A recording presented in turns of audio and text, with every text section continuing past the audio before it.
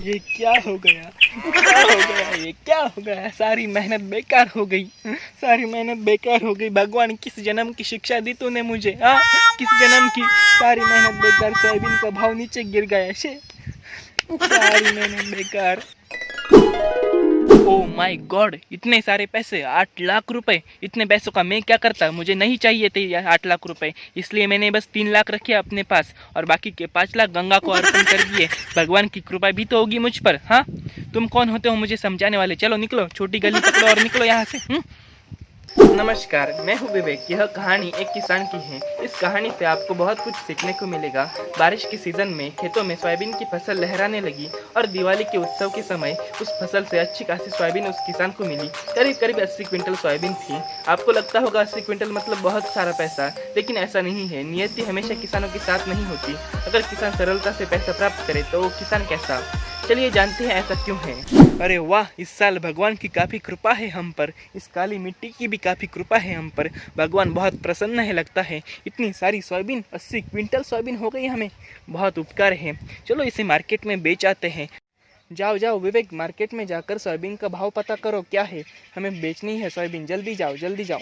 बहुत खुश है आज तो हम। भगवान की काफ़ी कृपा है हम पर। हाँ हाँ पिताजी, देखता हूँ। मोबाइल पर चेक करता हूँ मार्केट में क्या भाव है और फिर आपको बताता हूँ। पिताजी, मैंने मोबाइल में चेक किया कि मार्केट में सोयाबीन का भाव क्या है। सोयाबीन का भाव 4,000 रुपये क्विंटल है। इस हिसाब से अगर 80 क्विंटल का हिसाब किया जाए तो 4,000 रुपये से करीब करीब 3 लाख रुपए होते हैं पिताजी। लेकिन धीमी गति से ही सही सोयाबीन का भाव बढ़ रहा है। अगर हम कुछ दिन रुकते हैं तो सोयाबीन का भाव बढ़ सकता है पिताजी। हमें रुकना चाहिए। हाँ हाँ ठीक है, तुम कहते हो तो रुक जाते हैं। सोयाबीन रखने में कौन सी गलत बात है? भाव बढ़ेगा, अवश्य बढ़ेगा। रुक जाते हैं हम। भगवान की कृपा से उस किसान ने जैसा सोचा था वैसा ही हुआ। 4,000 से 5, 6, 7,000, 8,000, 9,000, 10,000 रुपये प्रति क्विंटल तक सोयाबीन पहुंच गई।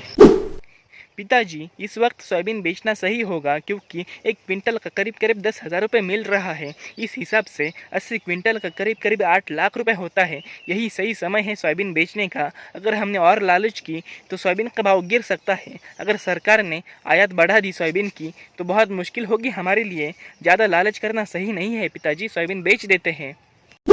हाँ, इस लड़के को कुछ समझ में आता भी है या नहीं? ये कुछ समझता ही नहीं। अरे तुम चुप रहो, तुम्हें क्या समझ में आता है? भाव और बढ़ेगा, 10,000 से 11-12,000 भी हो सकता है। थोड़ी देर रुको, कुछ दिन रुको, ज़रा समझो हमें। अरे पिताजी, आप समझ नहीं रहे हैं। अगर सरकार ने बाहर से सोयाबीन आयात कर ली तो हमारे नसीब में 4,000 रुपये क्विंटल भी नहीं बचेगा। सोयाबीन बेचना इस वक्त सही है। आप मेरी बात समझिए।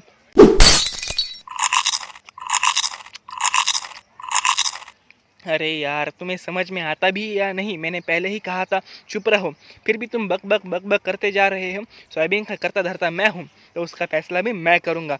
तुम चुप रहो, समझे?